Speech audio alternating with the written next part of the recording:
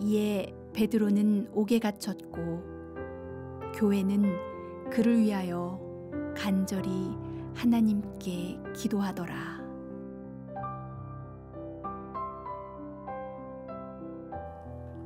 예루살렘 교회는 역사상 최초의 교회이면서 또한 최고로 아름다운 교회였습니다. 하나님 말씀을 듣고 차별이 없이 기쁨의 떡을 떼고 서로 물건을 나누고 큰 능력이 나타났던 공동체입니다.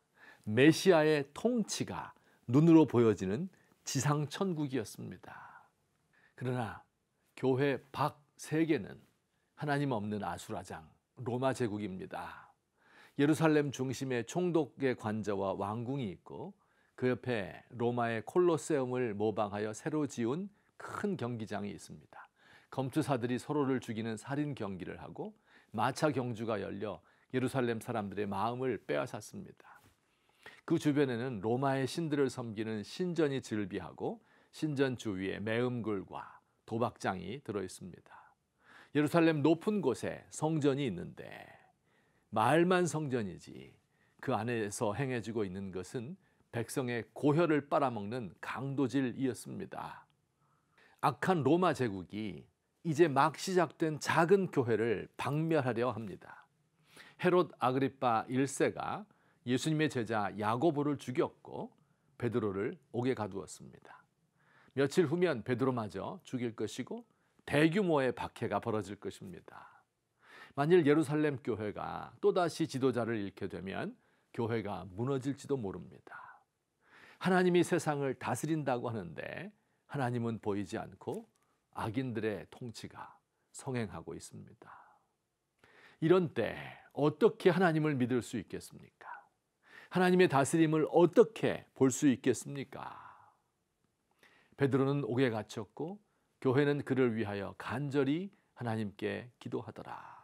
짧은 한 구절이지만 위대한 하나님의 말씀입니다. 예루살렘 교회 성도들이 한 일은 바로 기도였습니다. 아니, 위기 가운데 이들이 할 수 있는 일은 기도밖에 없었다고 해야 옳을 것 같습니다. 그런데 놀라운 일이 일어났습니다. 천지를 다스리는 하나님께서 이들의 기도를 들으셨습니다. 하나님은 옥중에서 잠자고 있는 베드로에게 천사를 보냈습니다. 베드로 4사람의 군병에 둘러싸여 갇혀 있었는데 그 손에서 쇠사슬이 벗겨졌고 이중으로 잠겨있던 감옥의 문도 차례로 열렸습니다. 기적이 일어난 것입니다. 베드로가 성도들이 모여있는 마가의 다락방에 갔더니 성도들이 모여서 기도하고 있었습니다. 이들은 밤새도록 기도하고 있었던 것입니다. 하나님께서 이들의 기도를 들으시고 베드로를 기적적으로 건져주셨습니다. 기도는 하나님의 다스림이 이 땅에 나타나게 하는 방편입니다. 그런데 우리는 기도하면서도 정말 하나님이 우리의 기도를 들으실까? 정말 하나님의 통치가 나타날까? 의심하며 기도할 때가 많습니다. 마가의 다락방에 모여있던 사람들도 그랬던 것 같습니다. 베드로가 감옥의 문을 나와서 다락방에 가서 문을 두드렸어요. 한참 만에 심부름하는 여자아이가 문을 열러 나옵니다. 아마 다들 통성 기도하느라고 문 두드리는 소리를 못 들었던지 아니면 두려워서 2중 3중으로 문을 걸어 잠갔었는지 모릅니다.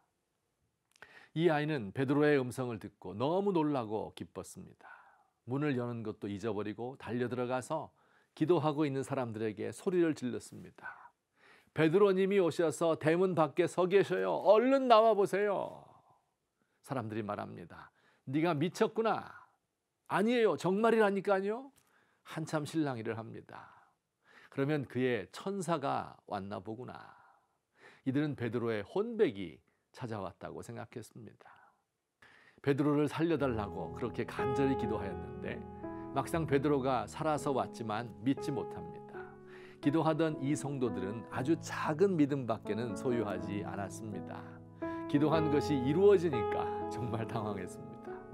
우리가 여기서 꼭 기억해야 할 사실이 있습니다. 큰 믿음은 기도의 기초가 아니라 기도의 결과라는 사실입니다. 우리는 아주 작은 믿음을 가지고 의심하면서 기도합니다.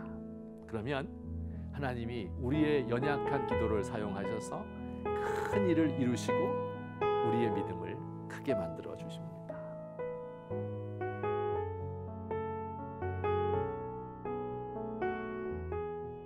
주여, 저의 작은 기도를 사용하셔서 하나님의 통치가 이 땅에 나타나게 하소서.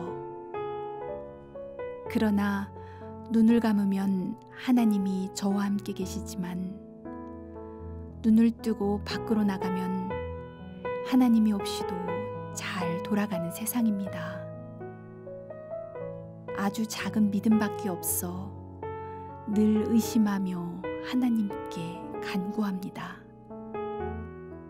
주여, 제가 믿습니다. 저의 믿음 없음을 도와주소서.